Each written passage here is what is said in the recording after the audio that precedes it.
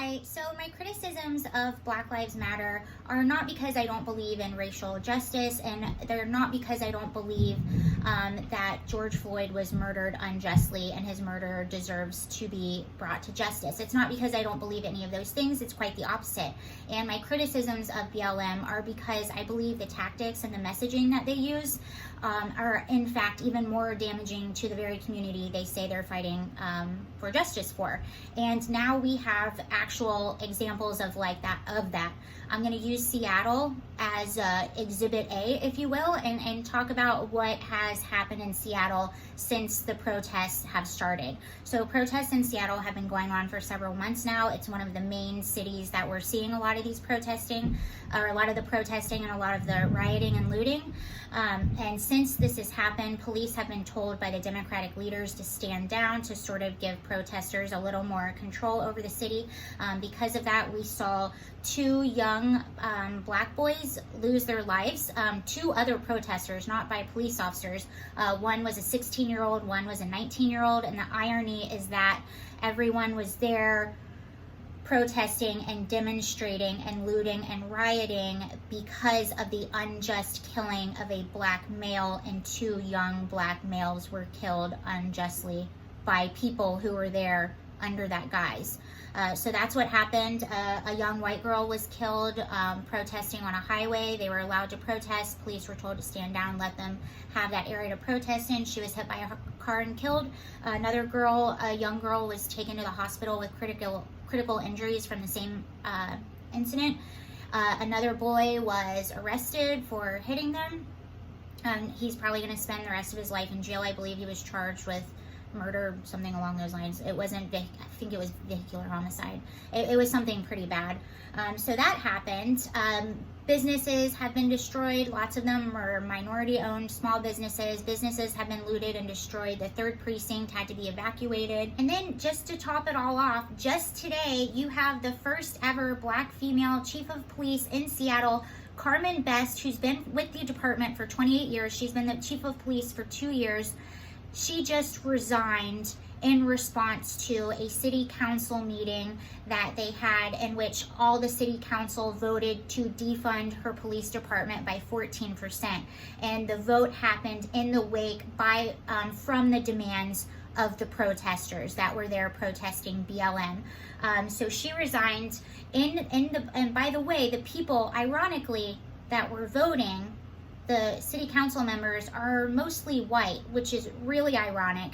And her resignation letter, she sent it out today, and the reason she resigned is because they cut her salary. They cutting the salary of a few other officers. They're going to have to get rid of 100 officers, and they're going to have budget cuts to the navigation team and the SWAT team.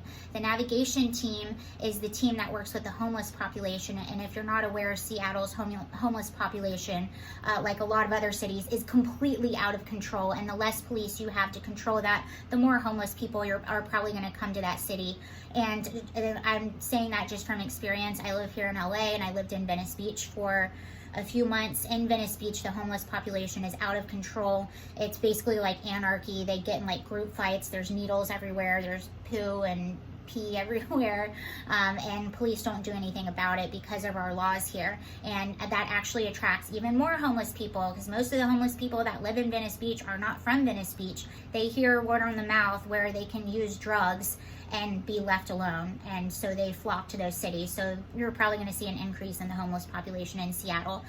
So those are the things that are being cut, and they did all of this cutting and all of this voting and meetings on what to cut and this and that, and they did all of this without even talking to Carmen, the chief of police herself, the one who would know best whether or not her department needs to be cut.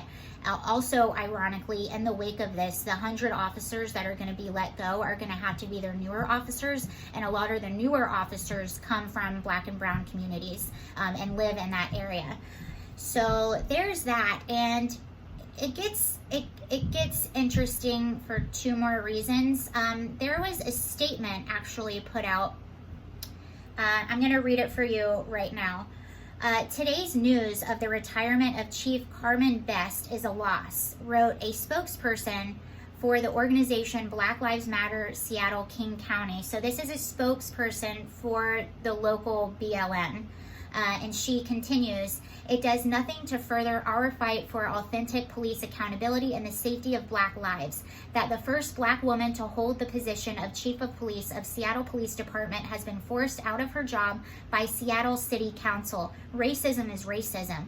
We demand the City Council stop prioritizing performative action that solely suggests the appearance of change. We demand transparency and accountability in the series of actions and inactions that led to Chief Best's resignation. And we demand a successor that serves Black lives."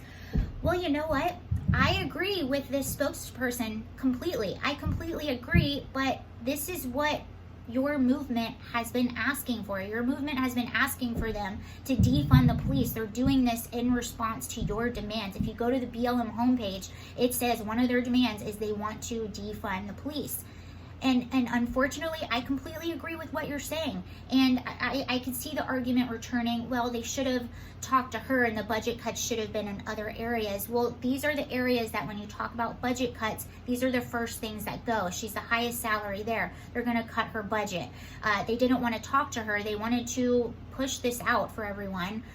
So I agree on all fronts, but these are the unintended consequences of what you're asking for, unfortunately. And this is what people like me have seen and we're trying to say from the very beginning. This is going to do nothing for your movement. Defunding the police is going to do nothing from your movement. And this is just the very first of lives that we're going to see affected by this. This is the very first in a chain of events, and unfortunately we're going to see a lot more people's lives affected, and it's mostly going to be the very people that you say you're fighting for, unfortunately. This is just the first of a surprise of unintended consequences that are going to come from this. I really believe that. And I want to read you one more thing and then I'm done, because a lot of people I feel bad for the residents in this area, and a lot of people, every time I say that, they're like, yeah, well, they're voting these Democrats into office, so it's their fault. They're voting for these people. And I understand that, and I totally agree with you, but I read something very interesting, and I want to read it to you. So this is an article in a local news station that I found Cairo 7, and while I was reading the article, I learned that a few of the city council members that voted to defund the police, who were put in office last fall, actually ran their campaigns on adding more funding to police. So listen to this. This is an interview with a local business owner, but first we're going to go back and see what some of the city council members were saying just last fall. We made a commitment in 2014 to grow our police department by 200 officers. We're falling behind, said City Council member Lisa Herbold last fall. She appeared in a YouTube video produced by the Seattle Police Officers Guild that showed at least 3 council members as candidates pledging to hire more police officers. We need to hire more officers in this city, said council member Andrew Lewis during a candidates forum. I see on a daily basis that there's parts of our city that we don't have the staffing numbers to have a community policing strategies. So they agree with me. This just seems so unreal, said Bill Rigg. I don't get it. Rigg owns a Seattle Flowers in Pioneer Square. He says the council members are going back on their word. This is a 180-degree reversal from what they were all saying just 11 months ago, said Rigg.